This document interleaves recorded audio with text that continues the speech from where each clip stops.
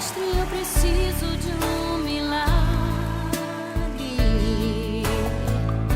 Transforma minha vida, meu estado. Jaime Quinte Neto Demarco, é isso? Ele é diplomado em matemática, pós-graduado em educação física, mestre em artes marciais, professor universitário, campeão brasileiro de jiu-jitsu, tricampeão brasileiro de Muay Thai, campeão mundial do Open em Curitiba de Taekwondo, atual tetracampeão mundial de Hapkido. É coach, é empresário e proprietário da academia Dojo Alliance. Então, ele é casado com a Tainá e tem 2 filhos. Obrigado.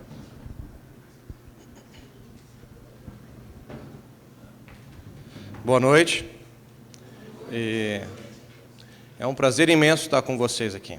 Realmente, um prazer e um privilégio, a honra é minha de estar diante de vocês e compartilhar um pouco o que foi a minha trajetória até esse momento. Me sinto um gaúcho, mas não sou gaúcho. Sou de Brasília, vivi até os meus 28 anos em Brasília e uma cidade maravilhosa. Posso dizer que eu visito Brasília não com um saudoso ou penar sentimento. Eu vou para Brasília, nossa, eu venci em Brasília, eu ganhei em Brasília, eu me sinto muito bem em Brasília. Minha terra, eu nasci, eu colhi o melhor daquele fruto, eu multipliquei lá. E hoje me sinto um gaúcho, pai de um gauchinho, então me aproprio um pouco da cultura do Rio Grande do Sul, uma cultura que eu e minha esposa aprendemos a amar, uma cultura que tem muitas tradições e pontos extremamente que são, digamos assim, norteadores, né? Eu gostei muito da palavra que ele disse antes sobre calibragem, né? Isso é conversa de quem é coach. Falar sobre calibragem sempre é quem é coach. Falou de calibragem, falou de conduta, é porque sabe do que está falando. E a minha vida inteira foi trabalhando sobre coach, eu fui coachado desde pequenininho. Meu pai é um suboficial da aeronáutica, ele me coachou desde pequenininho. Eu sou a 3ª geração de artista marcial, então também fui coachado dentro dos tatames. Então a minha vida inteira foi tentando me otimizar. Tentaram me otimizar. E essa otimização, ela se deu de alguma forma. E hoje em dia eu me sinto um pouco mais calibrado. E hoje em dia essa minha calibragem, ela se personifica, é claro, né, com minha companheira, minha esposa, sem a qual eu não poderia estar aqui. E no decorrer do testemunho eu vou dizer o porquê que ela foi tão importante. É claro que a presença de Deus foi o que fez essa construção acontecer. Mas em Brasília, ainda em Brasília, eu tive a oportunidade de me formar na Universidade de Brasília. Ciências exatas mais pura que tem, que é matemática. E não tem outra pessoa com distúrbio, né, que nem eu, que fez matemática, acredito aqui. Porque, em sã consciência, você querer fazer matemática não é algo tão comum, né? Enfim, consegui completar o curso de matemática e fui trabalhar justamente na matéria que é mais específica de análise.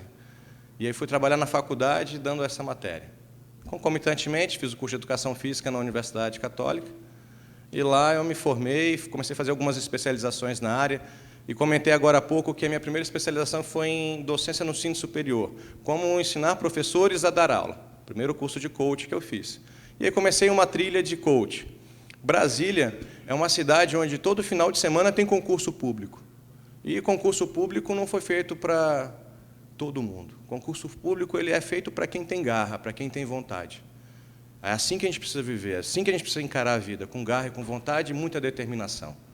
E é isso que eu quero passar para vocês um pouquinho hoje. Eu quero que no final vocês se sintam com mais confiança, mais do que vocês já entraram. Porque vocês tomaram uma posição muito importante que foi vir para esse dia de hoje. Eu, sim, me desloquei da minha casa, 100 e poucos quilômetros daqui, deixamos os nossos filhinhos lá, vamos voltar no final, não podemos, minha filhinha tem uma atividade aqui em Porto Alegre amanhã, mas a gente precisa estar junto com eles. Mas é importante você dizer o que aconteceu na trajetória de algumas pessoas. E ainda em Brasília, eu me lembro que eu fui convidado para dar o meu primeiro seminário de coaching, e tinham lá, acho que umas 600 pessoas. E foi na primeira vez que eu tive o contato com aquele microfone auricular, né, aquele que você se posiciona, me senti uma pessoa bem importante. E dentro daquelas pessoas lá, tinham os meus coordenadores na minha faculdade. E aquilo me impactou bastante. Tinha o reitor da Universidade de Brasília, tinha algumas figuras públicas da época, e aquilo me constrangeu um pouco. Né? Como você vai dar um seminário de coaching para pessoas que já estão no nível que você queria estar? Foi onde comecei a me dar conta que eu estava no nível que eles queriam estar. Porque, na verdade, a gente se posiciona sempre aquém do que a gente pode, não é verdade? A gente se posiciona, a gente cria uma escala de ascensão e a gente não se posiciona no degrau correto, a gente se posiciona no degrau sempre inferior. E é esse o conceito que eu quero trazer de modelagem, né? Uma outra palavrinha de coach é modelagem. Então, nada mais é do que a noite de modelar um novo caráter, uma nova conquista, aprender talvez um pouco, compartilhar. Eu aprendi muito ali fora conversando com os organizadores. Enquanto em Brasília, nessa palestra, nesse seminário, eu realmente me posicionei e no final, para minha surpresa, eu fui convidado a trabalhar para numa das empresas de concurso público mais efetivas de Brasília. Na época, estava começando a nascer essa proposta nacional de preparação específica para concurso público. E você entrava e não tinha menos de 300 pessoas na sala. E aí, na outra, você vinha e não tinha menos de 500 pessoas. E falei, uau, e agora? Como é que eu faço? Tenho que me qualificar, tinha que me buscar, tinha que me aprimorar um pouquinho, tinha que ser coachado para aprender a coachar, que é o termo que a gente faz para aquele que é treinado, e tem o treinador do treinado e aquela pessoa que está recebendo essa informação. E foi assim, então, nessa vida, eu fui me posicionando e a gente estabelece os degraus de crescimento. E dentro desse degrau de crescimento, a gente fala assim, eu tenho que atingir um determinado nível de acadêmico. Então, como todo professor, ele quer dar aula na faculdade. Eu já tinha atingido esse degrau muito cedo.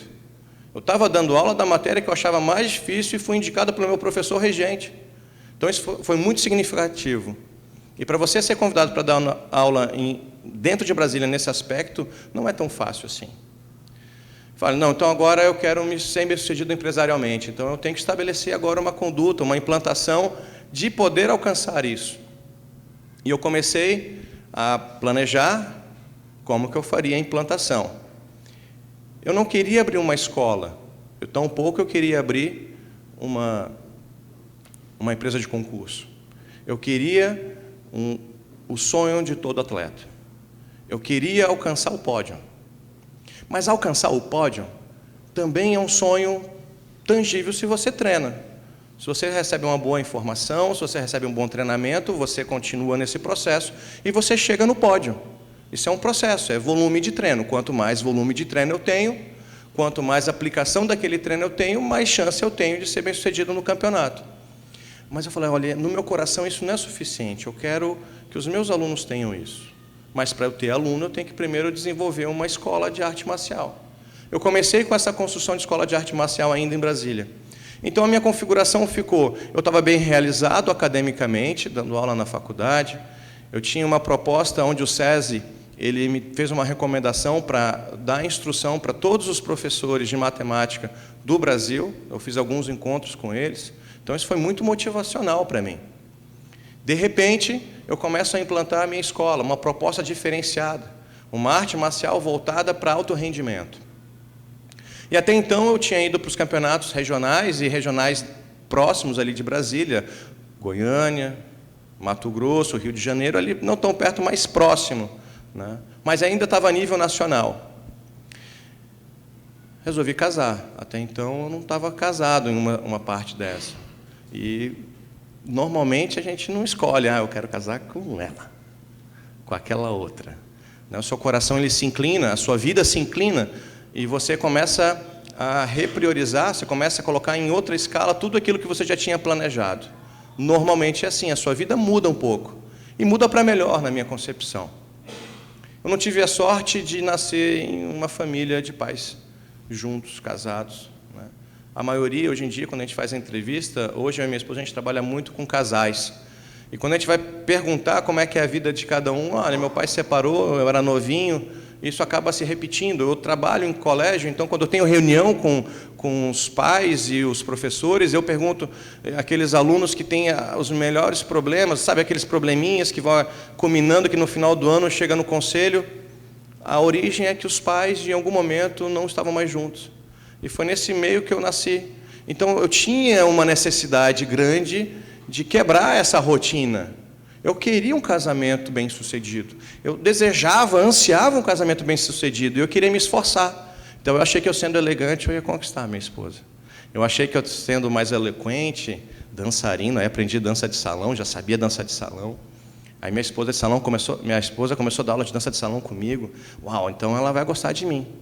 Pensei até um tempo fazer aula de canto. E aí, durante o decorrer da aula de canto, o meu professor falou assim, cara, você é muito bom para tudo, mas para cantar não dá. Se eu fosse uma pessoa sem preparo, uma pessoa que não fosse motivada, aquilo poderia me estragar a vida. Porque uma negativa, ela pode te impactar ou te impulsionar. Uma negativa dessa magnitude, ela te paralisa ou te impulsiona. Não, então, se eu não sei cantar, eu vou comprar, vou levar lá para um show. Alguém sabe cantar. Então, vamos terceirizar o processo. Acredito que Deus está levantando meu filho como um cantor, porque ele não para de cantar o dia inteiro. Mas, e essa proposta inicial de querer ter esse casamento, então a minha vida se focou para isso. Entenda, que empresarialmente eu estava tranquilo. Era bem sucedido, tinha vencido em Brasília, tinha tudo que a gente sonha. Casa, carro, viagem, os melhores restaurantes. Viajava bastante, casa de campo, tinha tudo, só não tinha família. Aí encontrei a minha esposa.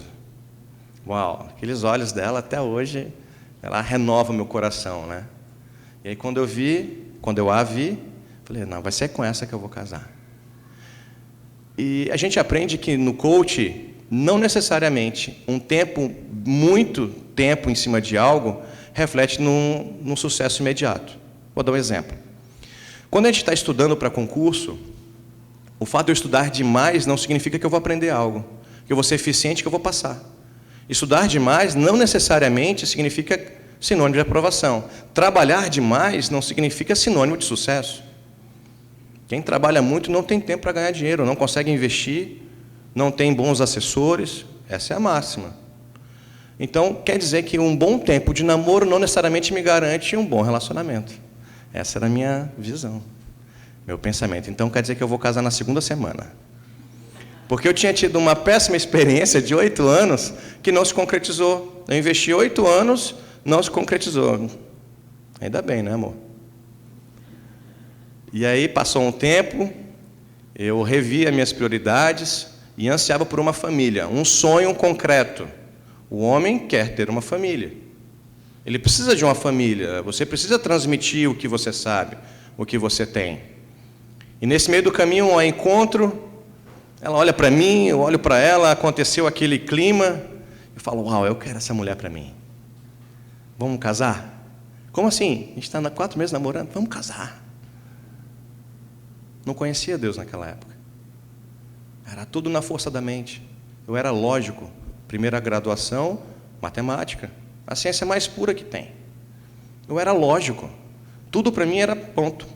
Aqui pode, aqui não pode, aqui deve, aqui não deve. Não é um bom investimento. Vou comprar ouro, vou comprar dólar. Vou investir aqui, não vou investir ali. Essa era a minha vida. Eu trabalhava com economistas daquela época e era isso que eu queria. Na arte marcial era a mesma coisa. Vou entrar nesse campeonato porque se eu tenho chance. Nesse outro eu tenho que treinar mais. E assim eu ia pontuando. E na minha vida de relacionamento eu fiz a mesma coisa. Eu planejei o meu casamento do início ao fim. Eu conheci ela, para quem conhece um pouco de coach, existem algumas ferramentas, né? Existe uma bem famosa que são os 5 Ws, né? O que, quem, como. São 5 Ws, 5 perguntas e 2 métodos para você desenvolver como e quanto vai custar. Então, na hora que eu conheci ela, o meu olhinho brilhou, o olhinho dela brilhou, o 5W2H já aconteceu, eu falei, eu vou casar tanto, vou comprar tanto, a casa é essa, o fraco vai ser aquele. E aí eu comecei a fazer aquela trajetória de casamento, falei, eu vou convidar tantos. Aí ela quis contar muito, falei, não, vamos fazer o seguinte, vamos fazer um estrago no nosso casamento. Vamos fazer um casamento dentro de um barco. Uau! Isso lá no Lago Paranoá, em Brasília, é o que tem, né? A gente não tem praia, não temos Guaíba, que a gente tem aqui. Lá tem um Lago Paranoá, então a gente vai entrar no lago, vai pegar um barco, vai fazer a festa, vai ser muito linda. E, de fato, foi linda. Foi tudo bem planejado. Até então, eu tinha um sonho americano realizado. Próspero, feliz, tinha mais cabelo naquela época. E aí comecei a me sentir... Sabe aquela escalinha evolutiva que eu falei, ideológica? Eu achei que eu não estava abaixo, eu achei que eu estava um pouquinho acima. Eu me orgulhei demais. E quando você se orgulha é um grande problema. Quando você perde o seu chão, quando você deixa de sentir o solo, a sua mente vai muito longe. E eu comecei a idealizar o nosso casamento, como tinha que ser, comecei a planejar. Vamos planejar, então depois de um ano vai vir a nossa filha. Eu queria uma filha. Eu não queria um menino no início, eu queria uma menina. E veio a Ana Letícia, coisa mais linda. E preparamos o quarto, sonhamos juntos, um melhor plano de saúde, tudo aquilo que você, como um pai, como um gestor do lar, deve e pode fazer. Eu fiz isso tudo. Minha esposa quase não participava. Minha esposa quase não fazia nada. Ela acreditava, ela sonhava comigo, ela acreditava no que eu estava fazendo, ela dava as opiniões.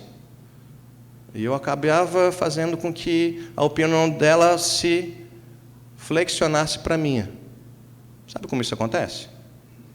Chama-se poder coercitivo. Quando você exerce um poder e você manipula esse poder. Eu estava usando umas ferramentas de coach de forma negativa no meu casamento. Eu estava coachando meu casamento de forma errada, mas achando que estava acertando. E muitas vezes a gente acontece isso na nossa vida, principalmente no casamento. A gente erra querendo acertar e se esconde atrás dessa rotulação. Ah, mas eu errei, mas eu tentei acertar. Não adianta, você perdeu. Não adianta no campeonato eu chegar lá e o meu adversário está na frente, eu vou ter que fazer o combate com ele, e de repente eu não me preparei para o segundo round, eu não aguento o segundo round. Não adianta falar, eu tentei. Não, você tinha que ter se preparado melhor. Faltou preparação no meu casamento, faltou amor no meu casamento. Faltou esse lema aqui, ó. Faltou o lema do Adonep. Faltou o amor sobre a minha vida. E o amor, a gente vai ver no final do meu testemunho, que o amor ele tem um sinônimo para isso. O amor ele é importante. Sem amor, o que adianta? Eu vou passar e transmitir algo para quem? Só com os fins lucrativos?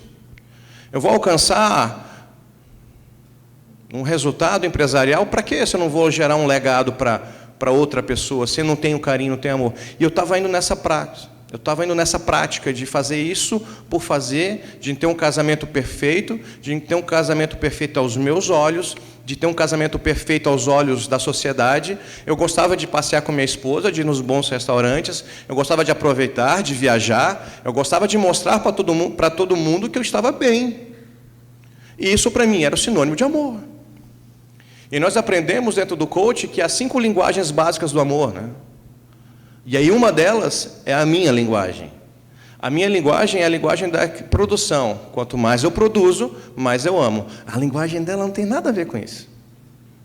A linguagem dela é a linguagem do elogio, é a linguagem do presente, ela gosta de receber um presente. Pode ser uma balinha, pode ser um carro também, né? Pode ser um oi, pode ser uma esmeralda também, né, amor? Pode ser, mas tem que ter. Eu tenho que chegar para ela e falar, você está bonita, você está linda, você está cheirosa. Quando eu não faço, os homens aqui presentes sabem o que acontece, né? Você vai ter trabalho dobrado para reconquistar o sorriso de novo. E a minha vida inteira foi assim, eu não entendia sobre linguagens. Mesmo sendo coach, eu sabia das administrações de coach, mas eu não sabia coachar a minha vida. Porque faltava amor, porque faltava esse entendimento precioso do que era o amor, aos olhos internos. Eu sabia definir amor. Hoje em dia eu sei falar sobre amor. Hoje em dia eu poderia classificar basicamente o amor em amor eros, amor ágape. A gente poderia falar um pouco mais sobre isso, mas não vim aqui para isso. Eu vim aqui para mostrar um homem que tinha se posicionado frente à sociedade, que tinha vencido, que tinha alcançado e que estava perdendo a sua família antes mesmo dela começar. Eu errei o planejamento do início ao fim, porque eu fui acreditando que tudo aquilo que eu estava fazendo estava certo, porque eu acreditei em um planejamento, eu acreditei na força do meu próprio braço. Isso durou algum tempo. Estamos casados há 10 anos. Me corrija, 5 anos?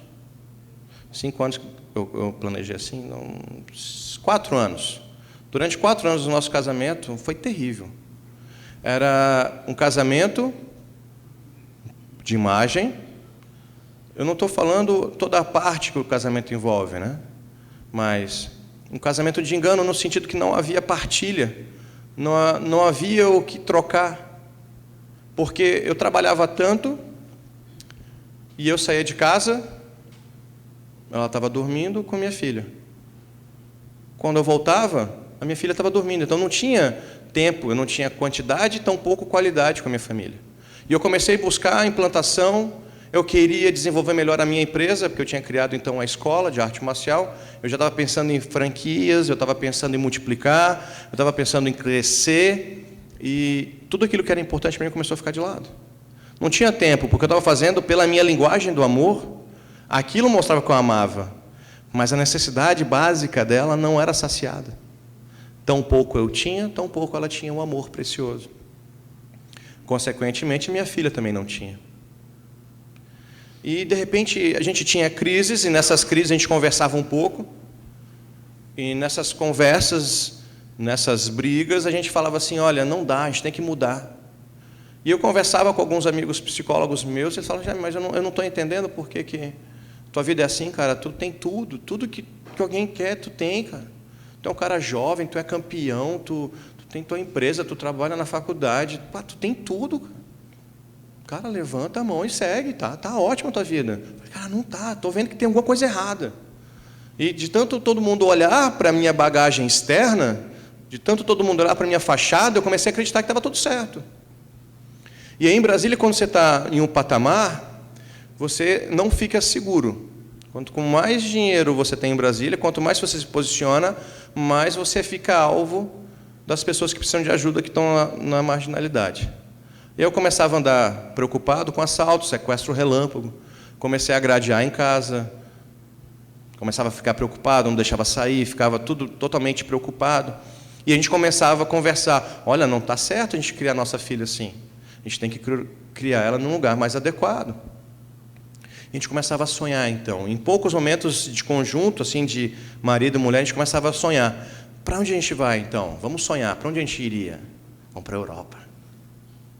Vamos para o Uruguai. Sempre quis morar no Uruguai, gente. As praias fantásticas lá. Vamos para onde? Eu gosto do Sul. Eu morei em Florianópolis, amor. Eu gosto bastante do Sul. O Sul é bacana. O Sul tem um povo diferente. Diferença no trato, da tradição, é bacana. A gente comentava isso. E nosso gargalo de relacionamento foi afinando, foi ficando cada vez mais tenso. E eu falei o seguinte, olha, chegou ao ponto de eu já não amá-la, no princípio que eu queria amá-la.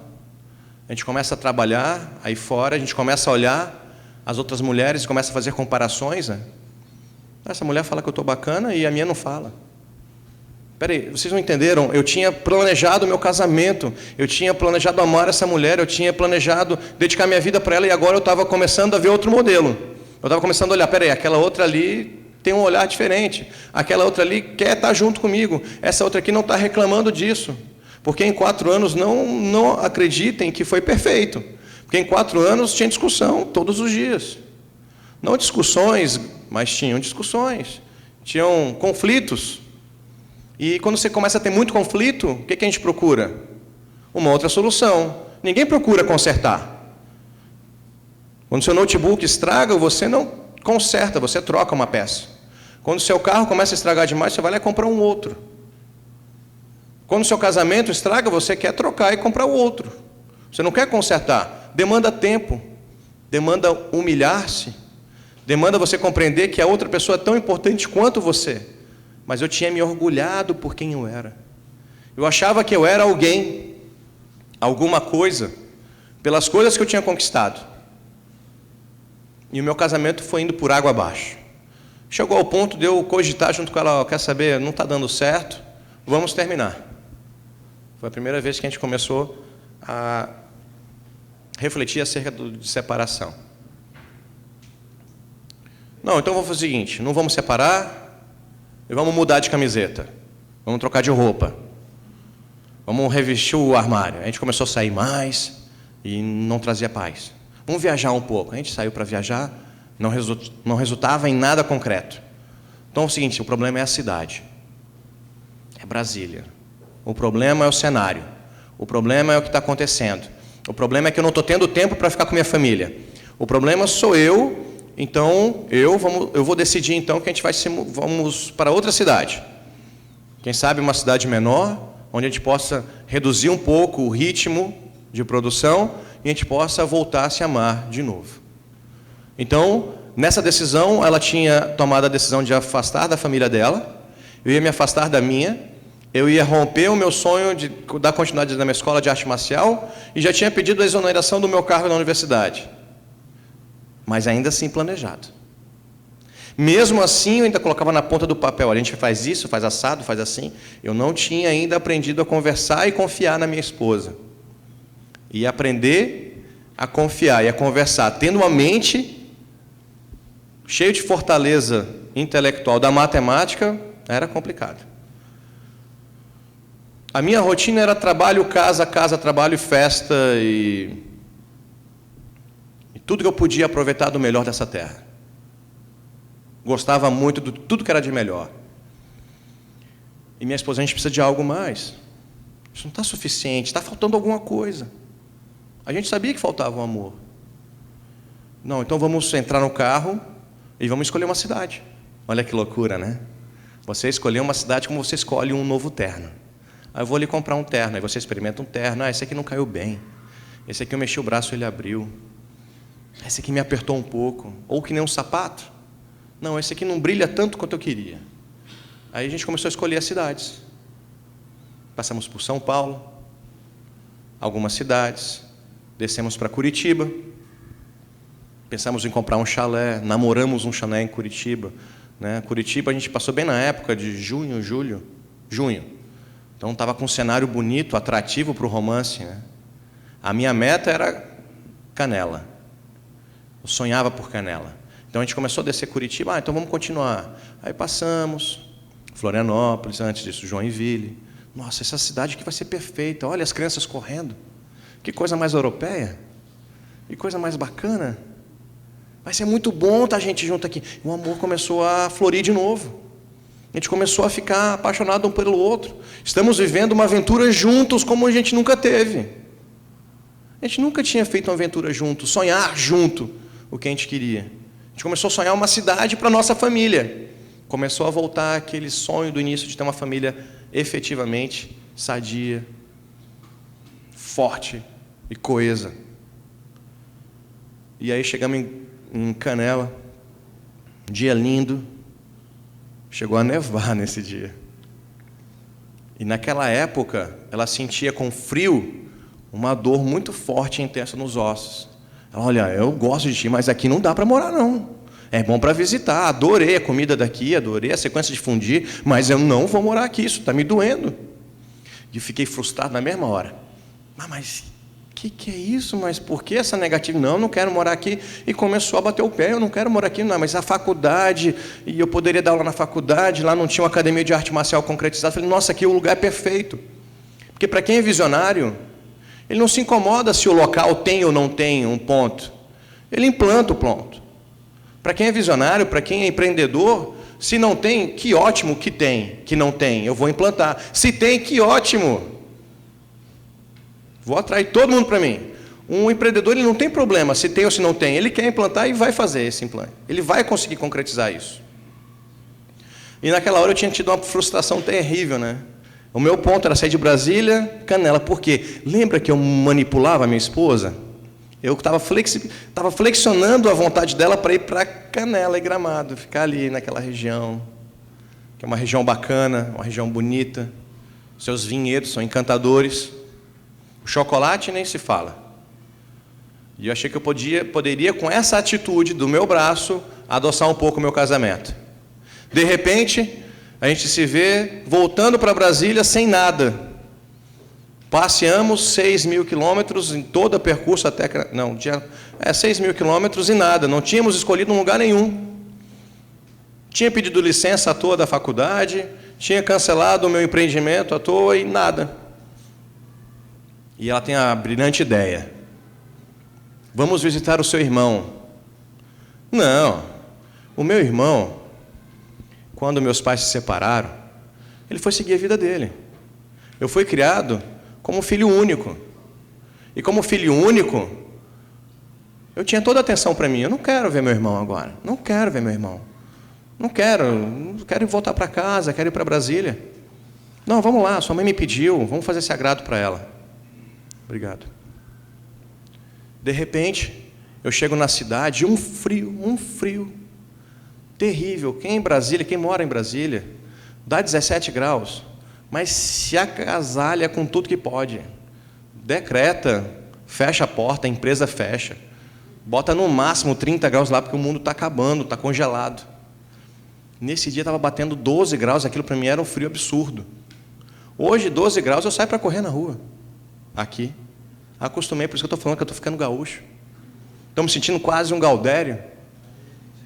Daqui um dia eu até tenho coragem de usar a bombacha. Eu não tenho coragem, mas eu comprei para o meu filho. De repente, a gente vê uma cidade imersa num lugar assim, um frio, tão frio, acho que era neblina. Lá para Brasília não tem neblina não, lá dá 11% de umidade do ar. Aqui eu nem tomo água, eu agradeço porque eu não tomo água. É 90% de água no ar. Delícia essa água. Não precisaria de tanta água. Revejo meu irmão, a minha esposa me fazendo voltar às raízes do que é o amor.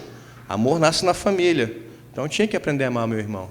Conversei com ele, ele me abraçou, a gente teve aquele momento, parecia que nunca tinha se afastado. Vamos sair para jantar em Lajeado. Eu moro em Teutônia e Lajeado fica 20 minutinhos dali. Quando a gente foi em Lajeado, aquela cidade me encantou. Ela é uma micro cidade grande. Ela tem tudo que uma cidade grande oferece, só que menor. Falei, uau, eu quero morar aqui. Tinha faculdade, tinha um chalezinho, um sobradinho lindo do lado da faculdade. Falei, uau, aqui, compramos aqui, eu dou aula ali, você termina a sua faculdade aqui e implanto uma escola aqui. Mas não era assim que o destino ia me conduzir. Voltamos para Canabarro, no dia seguinte a minha sobrinha, ela adoeceu e meu irmão falou o seguinte, olha, eu quero levar ela aqui no posto de saúde para ela ser medicada. Eu falei, não, eu te levo. Não, capaz, eu levo. Eu levei, encostei o carro, não estou brincando, não deu 15 minutos. A menina entrou e saiu na outra ponta com um saquinho de remédio na mão. Eu falei, o que é isso? O que está acontecendo aqui? Isso não pode acontecer. Você foi medicada? Fui. O médico falou contigo? Falou. Passou até a mão na minha cabeça. Na cabeça? Lá em Brasília eu pagava um plano de saúde absurdo para ter uma consulta com o meu médico. Eu pagando um absurdo, eu tinha que esperar, ele cancelava às vezes ainda. O plano de saúde aqui do Rio Grande do Sul não é o melhor que existe, mas está entre os melhores do país, né? Não estou falando do plano de saúde privado, né? Aí começou a me encantar, minha mente matemática falou, isso aqui é importante. Eu olhei para o lado, a cidade, a ruazinha do lado, que estava do lado do hospital, não tinha grade de uma casa para outra. Falei, como assim não tem grade? Era um murinho assim de flor. Falei, uau, que legal. Crianças na rua, brincando. Aí eu fui passear com a minha esposa na rua, o cara passou, bom dia. Minha carteira está aqui dentro ainda. Ele falou, bom dia. Eu fiquei até, o que eu falo? Normalmente, bom dia, né? Cidade grande, ninguém fala bom dia para ninguém na rua. Né? Bom, e o máximo que segue. E isso foi me atraindo. Uma roda de chimarrão, achei interessantíssimo aquilo. O pessoal começou a conversar, ou seja, tudo a frequência baixa que eu estava buscando. Falei, Tainá, quem sabe a gente não vem morar para essa região aqui? Olha, aí eu achei, não, capaz. Eu achei que ela, acostumada com alto padrão de Brasília, não ia querer morar em Lajeado. Tampouco em Teutônia. Ela falou, olha, me encantou a cidade. Eu falei, sério? Sério. Aí comecei, né? Aí entro em contato com o meu consultor. Dá uma busca, ver se tem alguma escola. Não tinha escola de arte marcial na região. Eu falei, opa, empreendedor já... Quantas pessoas tem? Não tem, não conhece a cultura. Posso implantar a cultura. Aí eu comecei a pensar, quer saber? 2 meses a gente vem para cá. Peguei o carro, voltamos para Brasília.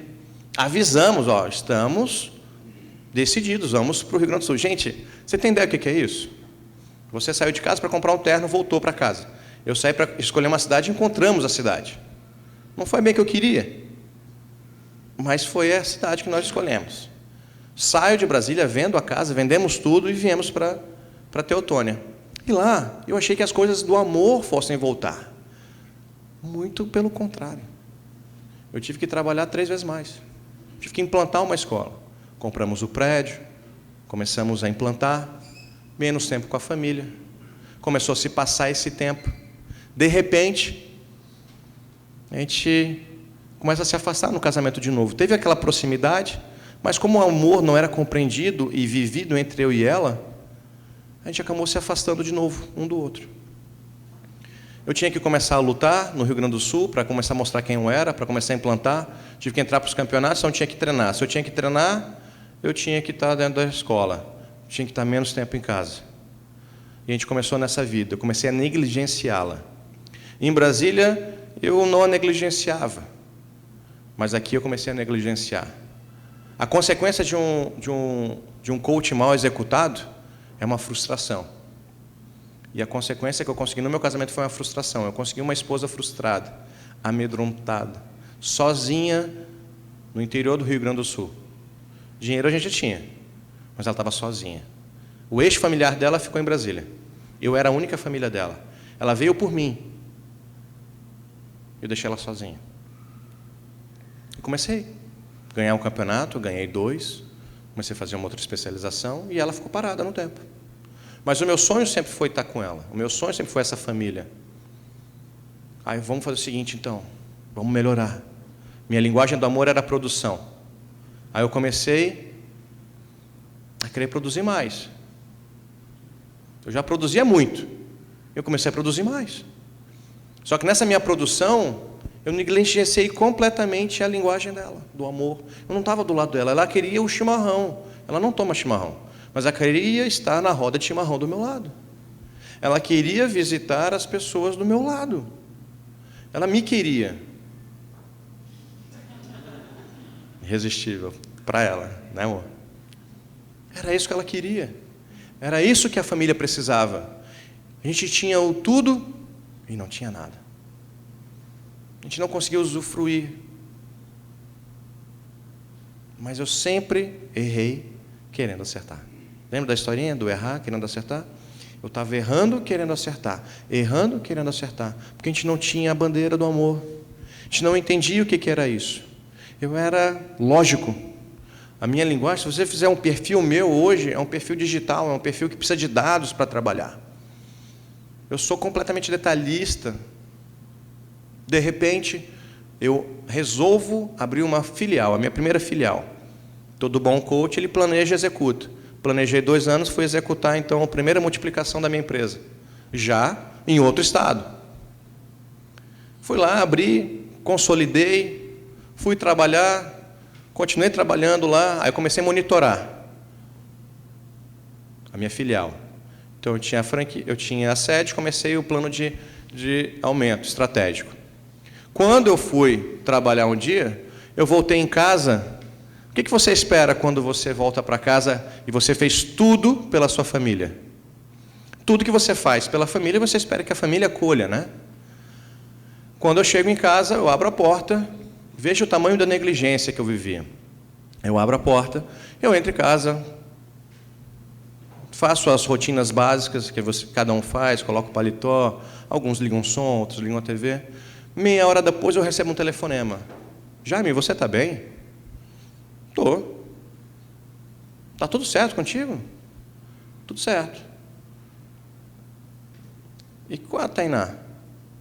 Tá bem? Porque ela estava mal? E nisso, com o telefone, eu fui indo para o quarto. Não, mas peraí, ela não está no quarto. Ela deve estar na sala, no quarto das crianças. Ela não está no quarto das crianças, mas o carro está lá na frente. Aí eu fui no guarda-roupa, algo me falou, vai no guarda-roupa. Eu fui no guarda-roupa, não tinha nada no guarda-roupa. Aí eu comecei a olhar, não, mas ela não. Comigo, fugir assim, mas por que ela ia fugir? Liguei para ela, desligado. Aí eu liguei para esse meu amigo. Cara, o que tu tá sabendo? Que eu não estou sabendo. O coração começou, né? Cara, cadê minha filha? Eu não gosto muito de lembrar, que dá vontade de chorar. Naquela noite, aquilo não foi a noite, que foram uma escuridão, umas trevas. Eu errei porque eu tentei acertar. A minha linguagem era equivocada para tentar acertar. Eu chego em casa e não tem ninguém. Sabe, entenda, eu não estava em outro lugar, eu estava implantando uma outra empresa. E quando eu volto, não tenho mais o porquê de ter essa empresa. Eu estava com a calibragem totalmente fora. Eu cheguei em casa e não tinha ninguém. Aquele silêncio era ensurdecedor, se eu posso assim dizer esse paradoxo. E eu não sabia o que fazer, eu não sabia para quem ligar, não sabia o que fazer. Liguei para minha mãe, não sabia. Nessa hora você lembra da mãe, né? Aí liguei para a mãe dela, não me atendeu. Saí à caça. Onde é que pode estar? O que aconteceu? Será que está no hospital? Começa a passar 1000 coisas na sua cabeça. Não, mas se ela fosse para o hospital... Aí eu peguei o carro, fui para o hospital, nada. Se eu do hospital, fui na polícia, nada. Meu Deus do céu, o que eu vou fazer? Pensei até em vir correndo para o aeroporto. Olha só, o nível de negligência que você causa numa pessoa, que ela espera você ir embora, que monstro que você vira, que tipo de pessoa que você vira, sem amor, que negligencia o sonho, e a pessoa fala assim, eu vou embora e não quero nem falar com ela. Tamanho foi a frustração. A mesma pessoa que tinha decidido me acompanhar, abandonou a família dela, para vir comigo, sonhar o meu sonho, eu negligenciei completamente ela, que ela resolveu ir embora e abandonar tudo que a gente tinha, porque ela se sentia um nada. E eu comecei a trabalhar aquilo no primeiro dia, no segundo dia. Depois da fase do medo vem a fase da violência, né? Violência com você mesmo. Você começa a se preocupar com o que você fez, você começa a se acusar. E aí não precisa nenhum advogado contra para começar a falar todos os seus atributos negativos. Você começa do A e vai para o Z rapidinho. Você fez isso, você não fez aquilo, aí você começa, meu Deus, eu sou um caco de gente. Tá, agora vamos remediar esse trem. Mas quem disse que ela queria remediar? Porque, lembra, nós fomos programados para trocar, nunca para consertar. Nós trocamos o carro, nós trocamos a casa, nós trocamos o notebook, nós trocamos o celular, mas a gente nunca conserta. Muitas vezes porque a gente não sabe consertar. E o meu casamento precisava de conserto. Passou o 4º dia sem ela, sem a minha filha. E eu não tinha mais vontade de trabalhar. Eu não tinha mais vontade de produzir. Minha linguagem, fui ficando mudo. Eu não tinha contato, eu esperava uma ligação e nada. Eu vou para Brasília, então. Fui para Brasília. Cheguei em Brasília, a minha sogra me fala, olha, ela não quer falar com você. Ela não quer ficar do seu lado. Tá, mas eu quero falar com ela, mas ela não quer. E minha sogra é advogada. Então, para advogada é tudo muito simples. Você não pode chegar perto dela. Tá, mas eu quero conversar, como é que eu vou saber? Não vai chegar perto dela. Eu me senti amarrado, sabe, assim, preso. Poxa, eu tinha a família e eu não sabia por que eu tinha perdido a minha família. Assim, eu tinha ideias, mas eu não sabia como que eu deixei isso acontecer. Sabe quando você tem uma empresa e você vê a sua empresa falir ou conhece alguém que teve e o cara não quer perder a empresa dele, obviamente, e essa empresa começa a se diluir, se dissolver. E tu tenta de tudo e pá, onde foi que eu errei? Era assim que eu me sentia no meu casamento. Aonde que eu errei? tinha tudo para dar certo, por que que errou? O que que aconteceu? E aí eu lembro que eu conversei com o Ricardo Wagner. Falei, Ricardo, me ajuda, por favor, eu não sei o que que eu faço. Ele falou, cara, eu vou estar com você, vou estar do seu lado, vou te ajudar, eu vou te apresentar um conceito, eu vou te apresentar o que falta para ti, vou te apresentar o cimento que falta para unir você e sua mulher. Mas você não entendeu, Ricardo? Ela não me quer. Ela disse com as palavras dela que ela não me queria, ela fugiu. Ricardo, já faz 10 dias. Ela não volta. Olha, e algumas noites o Ricardo virou a noite, eu vi ele conversando comigo, o olhinho dele fazendo assim, ó, e lá do meu lado. Cara, eu vou te apresentar um verdadeiro amor. E se você andar nesse amor, você tem o direito de reivindicar sua esposa. Agora você imagina a minha mente matemática escutando isso. Eu refutei a minha vida inteira acadêmica a existência de um Deus. Eu refutava. Não havia provas.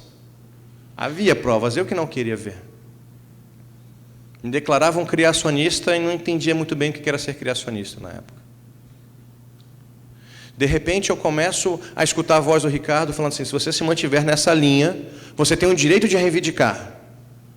E como um bom coach, que aprendeu de um outro coach, ele se mantém na linha. Porque o bom treinamento de coach significa que você não pode nem para a direita nem para a esquerda. Se eu te entreguei algo que você tem que concluir até quarta, e até quarta você tem que fazer e pronto, final. Como um treinador de atletas, se eu faço, você tem que dar 2.000 chutes para você conseguir acertar o alvo. Você não pode dar 800 chutes, tem que dar 2.000 chutes. Nem que o apito coma o tempo inteiro. E eu ouvi isso dele, se você se mantiver nesse caminho do amor, se você se mantiver fazendo isso, você tem o direito de reivindicá-la perante esse Deus. Eu falei, meu Deus, e agora? Eu não sei quem é esse Deus. Vamos entender quem é esse Deus. Quem é a personalidade dele? Eu comecei a estudar freneticamente, alucinadamente. Dei uma pausa dos meus trabalhos, que já não tinha função mesmo. Deleguei, deixei continuar, baixei para 60%. E comecei a buscar quem era esse Deus. Comecei a viver esse Deus. Comecei a querer saber quem era esse Deus. Comecei a buscar freneticamente, com muita vontade. Como se fosse o meu salva-vidas e eu me afogando e ele seria a minha última opção. Porque, entenda, uma das minhas especializações era psicopedagogia. Não serviu de nada. Mestrado em treinamento. Não serviu de nada. Isso veio a servir muito depois. E eu quero explicar depois o porquê que isso veio a servir. E eu chegava em casa e eu precisava de tempo, de volume de estudo com ele. E eu tive a oportunidade de ter esse encontro com esse Deus sozinho, em casa. Porque normalmente quando você passa por uma situação dessa, a arma começa a ficar, ela te seduz, uma arma. A sua vida já começa a não ter muito sentido. Tu deixa de se balizar no que é correto. E passa pela sua cabeça assim, poxa, você não tem a sua família. Sua filha não está aqui, não adianta nada disso que está aí fora. Tudo que é teu, aí ainda vem um cara muito amigo teu e fala, tudo que é teu, 50% é dela. Poxa, mas me ajuda aí, né? Não fala isso. Eu não estou preocupado se vai vender ou não, eu estou preocupado que eu quero a minha família. Se o meu coração tivesse nos bens, eu ficaria preocupado, mas o meu coração estava na minha família. E eu queria a minha família, e eu lutava pela minha família, e eu chorava por ela. E até hoje, às vezes, quando eu entro no banheiro e me dá uma lembrança que eu abro, e eu olho, eu não via a escova de dente da minha filha, aquilo me dava um negócio, um aperto no peito, onde eu não podia fazer nada, não tinha tatame suficiente que ia me fazer gastar aquela energia. Porque o meu coração estava na minha família, desde cedo eu quis criar isso. Todas as outras coisas eram para isso. Então, quando isso me foi tirado, essa oportunidade de ser um bom pai, de ser um bom marido, me foi tirada, eu me senti nu, pobre, vazio, e sem saber para onde ir. Então, todos aqueles estudos que eu tive não serviram para nada, tudo me indicou para o fracasso. Eu comecei a buscá-lo, comecei a a entender como ele funciona. Eu fui entender que esse Deus ele é mais lógico do que eu. Esse era um verdadeiro coach. Tem uma palavra que me intrigou muito, quando ele fala assim, você que quiser começar a construir uma casa, primeiro que sente e que planeje. Eu falei, isso é coach. Gostei dele. Ele sabe o que está falando. Mas a minha mente lógica me botava para o chão. E eu falei, como é que eu posso acreditar nele se eu não vejo? Fui para as evidências históricas. Ele de fato existiu. Foi comprovada a existência dele. A teoria da biogênese, da expansão do universo, como cientista, também eu refugo porque ela tem base não muito sólida. São teorias, e então teorias não são comprovadas. Né? Se elas fossem comprovadas, elas virariam leis, tal como as leis newtonianas. Como a gravidade. Eu não posso dizer que a gravidade não existe, porque quando eu soltar esse microfone, eu vou fazer um barulhão, porque ela vai bater no chão. Mas, enquanto teoria, eu posso refugar. Então, a teoria que eu achava que existia, ela não me satisfazia e me levou para um lugar que eu não tinha. Se eu fosse um jogador de pôquer, eu poderia dizer que eu tinha uma mão fraca. Toda a minha vida eu estava com a mão fraca.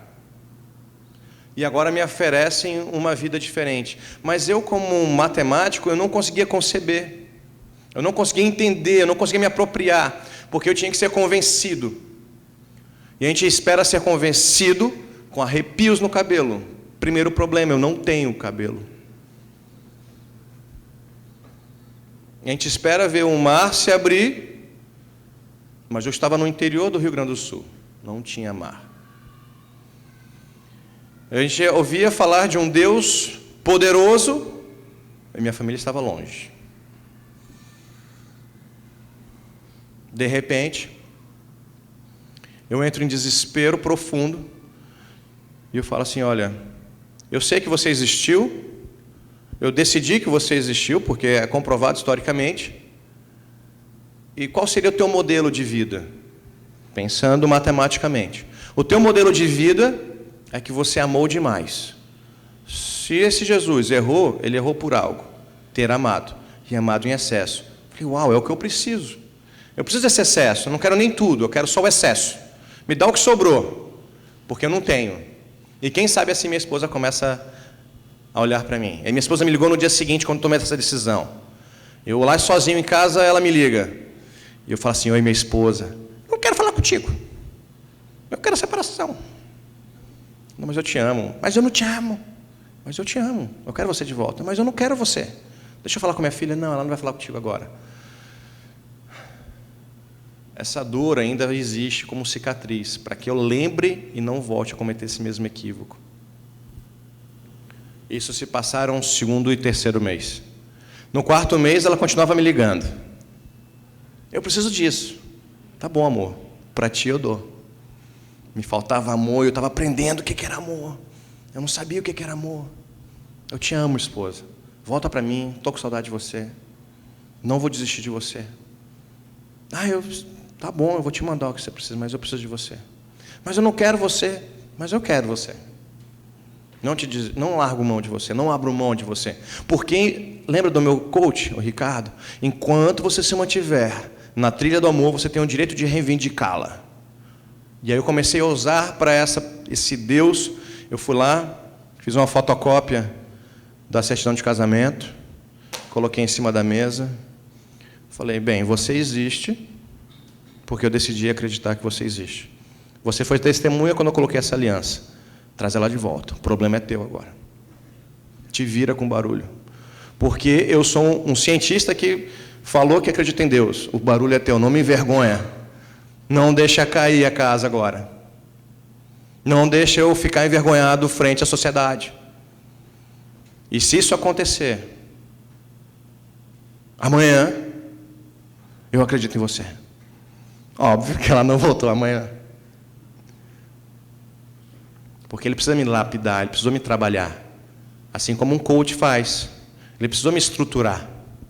E quando ele foi me estruturando, eu não sei como, lá do outro lado, lá em Brasília, 2.500 quilômetros de distância, foi trabalhando no coração dela. Ela continuava me ligando. Eu continuava falando, eu te amo, esposa. Ela já não retrucava mais. Ela ouvia. Falava que não voltava. Não tem problema, eu vou ir te buscar. Eu volto para Brasília. O meu problema não é geográfico. Eu vou ser bem sucedido aí.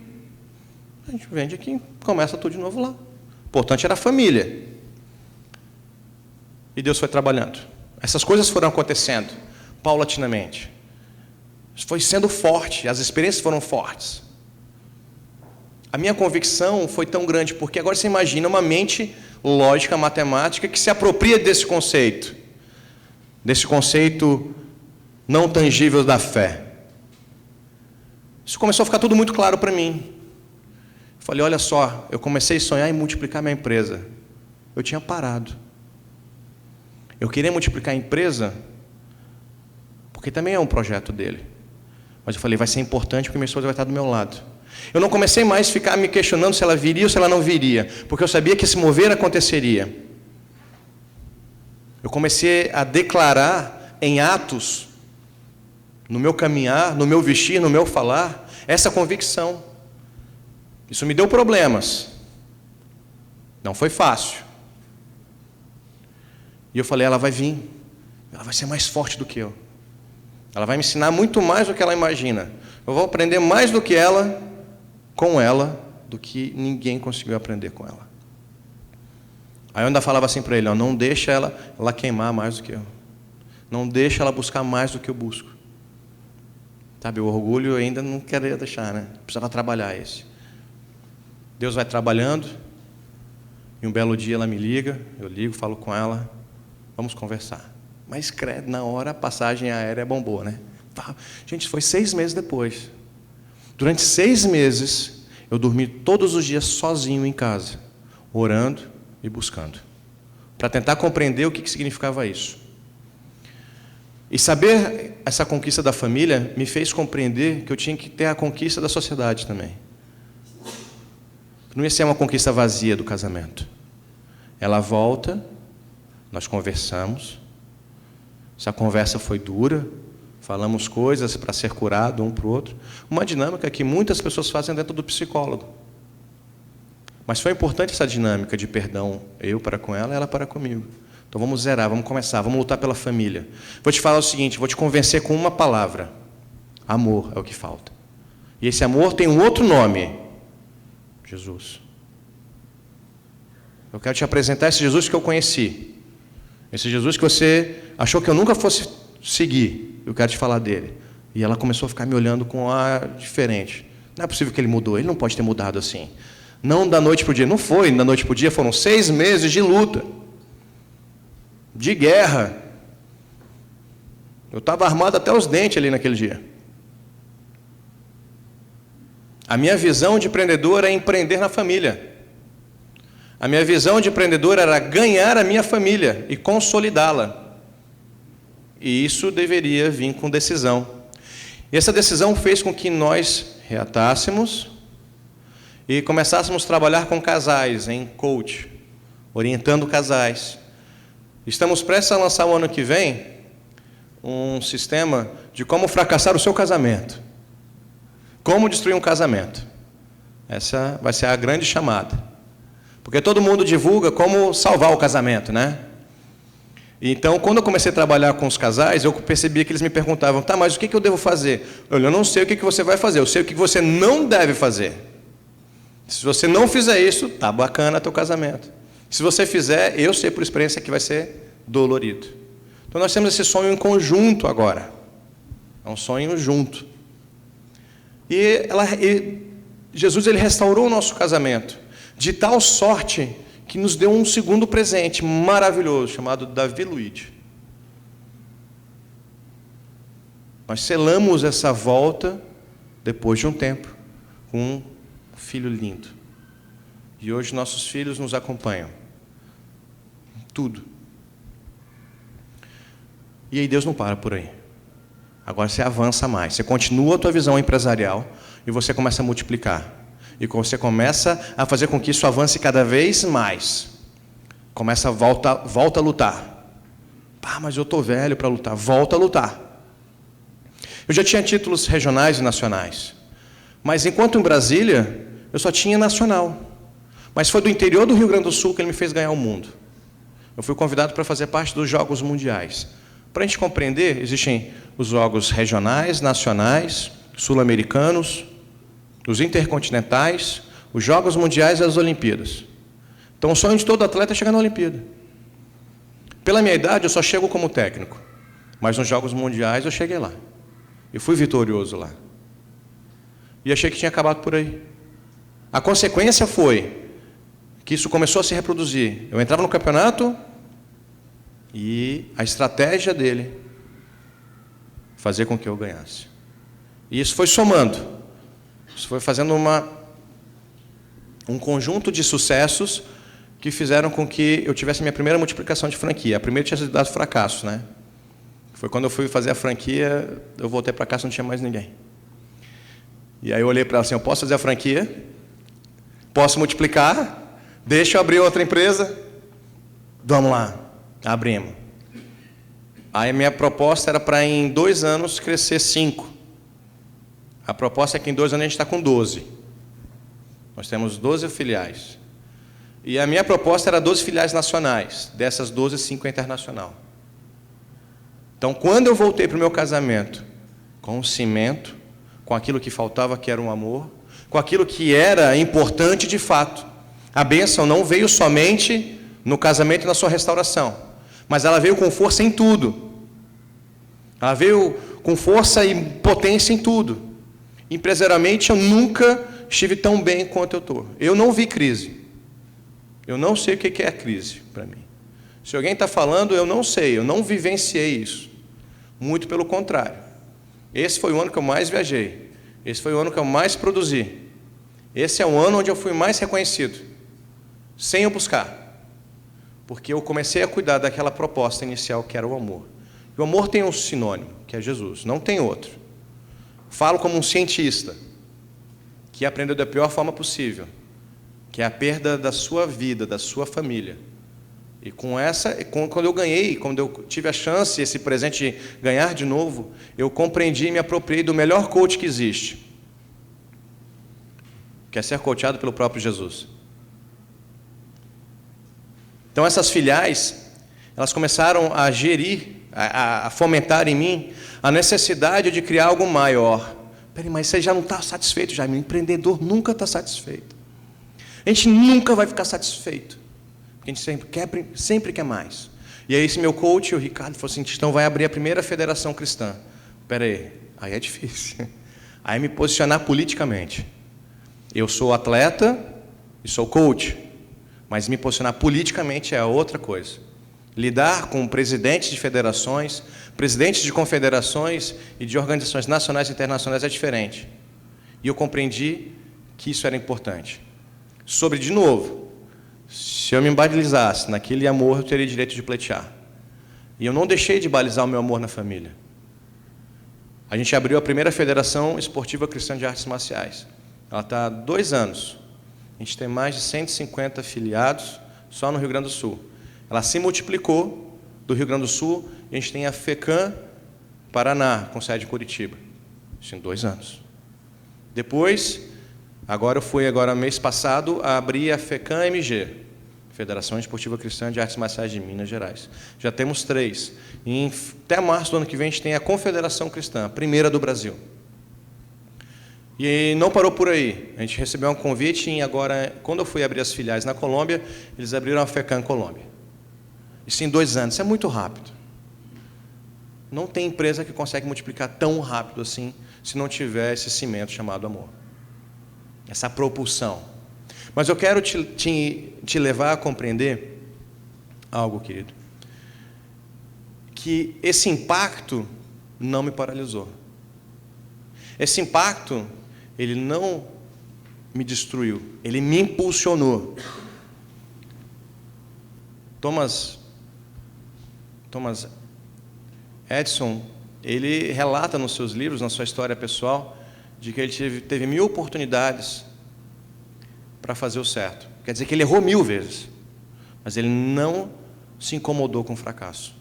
Ele não se incomodou, ele buscou sempre crescer um pouco mais. Eu busquei crescer um pouco mais, mas não academicamente, porque isso já estava numa qualidade boa. Não que a gente tenha que parar, A minha meta agora é continuar. Não empresarialmente, isso aconteceria. Mas a gente precisa cuidar da gente, do nosso coração. Precisamos cuidar da nossa alma. De quem, de fato, somos nós quando colocamos a nossa cabeça no travesseiro. Independente do nosso status. Independente de como nós nos posicionamos no dia a dia, nós precisamos, quando nós entramos em contato conosco mesmo, quem de fato somos nós. Como eu me chamo. Quem de fato sou eu. Não eu por trás do terno. Não por trás da gravata. Mas quem eu sou, de fato. Quem eu de fato sou. Sou um bom marido? Sou um bom pai? Sou um empresário justo? Eu posso dizer com plena confiança e força de que esse amor, esse Jesus, ele tem essa resposta para você. E eu não vim aqui para falar para perdedores. Eu vim aqui para falar para vencedor. O meu currículo só fala de vitória. Acho lindo quando eu chego em casa, meu filho pega as minhas medalhas e coloca no peito e sai fazendo aquele barulhinho. Ele vê um pai vitorioso. A minha esposa é vitoriosa. Eu sou vitorioso. Vocês são vitoriosos. Eu vim falar para vencedor. Eu vim falar para campeão. E nesse momento, quando eu falo para campeão, eu falo para pessoas que se posicionam. Amor é posição. Decido amar. Decido perdoar. Decisão. A decisão é muito importante. Foi falado aqui há pouco, bem no início, de que com a boca a gente fala. Com a boca a gente diz o que fala o coração. Então eu convido a vocês ficarem de pé. Em posição. Imagina que você está no seu campo de batalha agora. Vou ousar um pouquinho.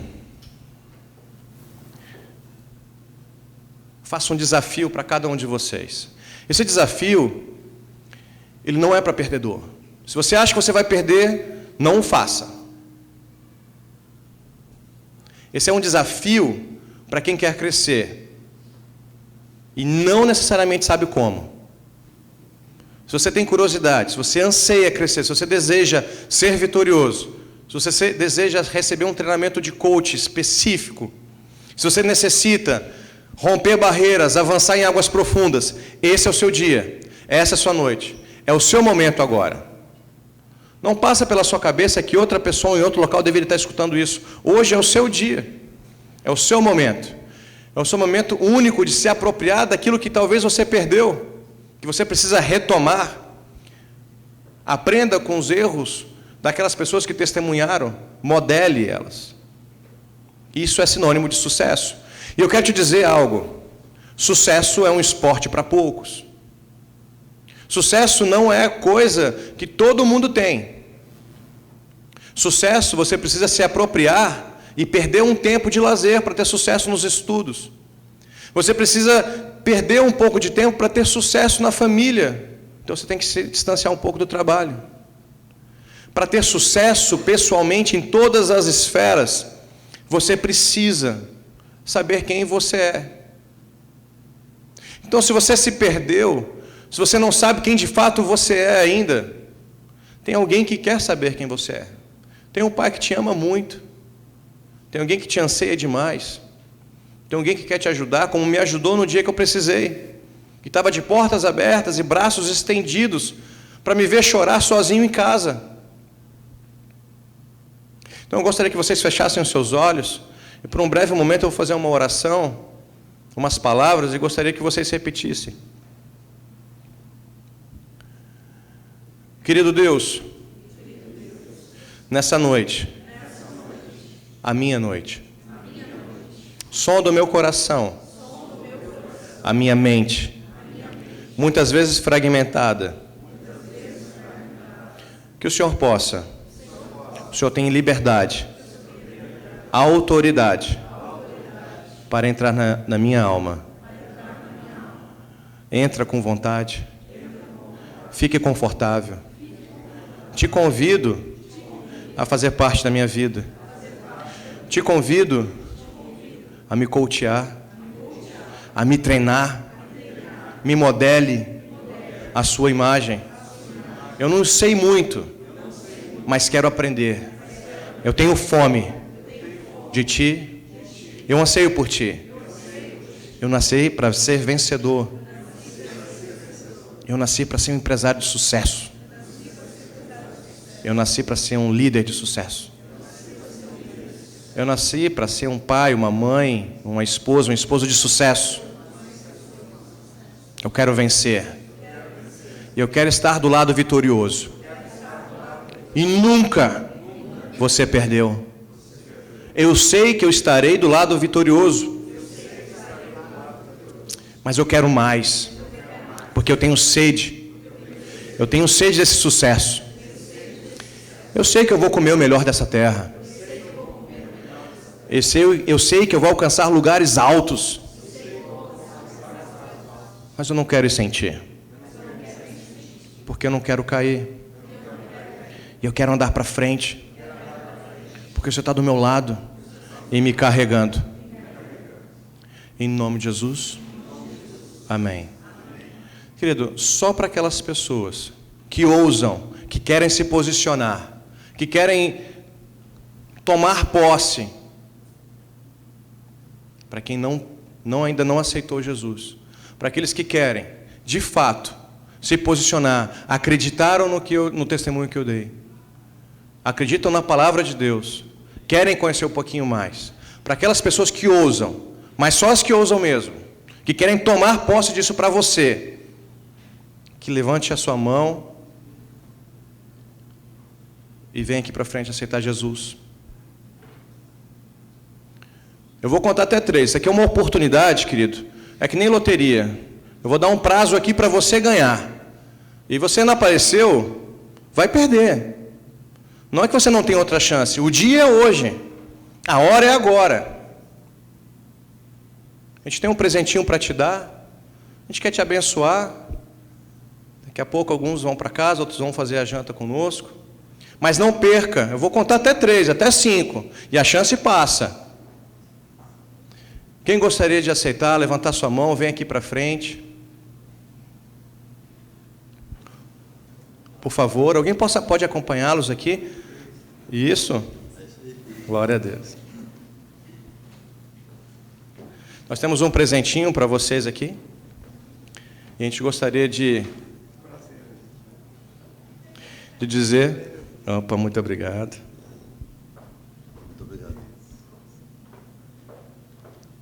Seja bem-vindo. É isso aí, sucesso. Muito bom. Eu vou passar agora o microfone para fazer os momentos finais e liberar a bênção. Peço, meu Deus, meu Pai, que Tu venha, Pai, a falar com essas pessoas, Pai, que tiveram essa coragem, tomaram essa decisão, esse compromisso essa noite, Senhor. Que essa noite seja realmente especial, até quando eles saírem daqui, entrarem nas suas casas, eles botarem a cabeça no travesseiro. Eu quero que Tu fale com eles, Pai. Fale de todos os Teus planos, as Tuas promessas na vida deles, Pai. De cada pessoa aqui é alvo do Teu amor, Senhor. E Tu queres revelar esse amor que foi tão falado aqui, Senhor. Então nós queremos que eles saiam daqui e permaneçam nesse amor, em nome de Jesus. Os sonhos do coração deles, eles vão colocar na Tua presença agora, como o Jaime colocou. Eles vão se derramar na Tua presença, né? Entrar com o coração humilde, Pai, para receber de Ti, que Tu é a fonte de todas as nossas promessas, Senhor, de todas as nossas realizações, Senhor. E em nome de Jesus, eles sejam abençoados essa noite. A partir de hoje, eles tenham essa comunhão diária contigo. É o que nós hoje te pedimos em nome de Jesus. Amém. Vocês podem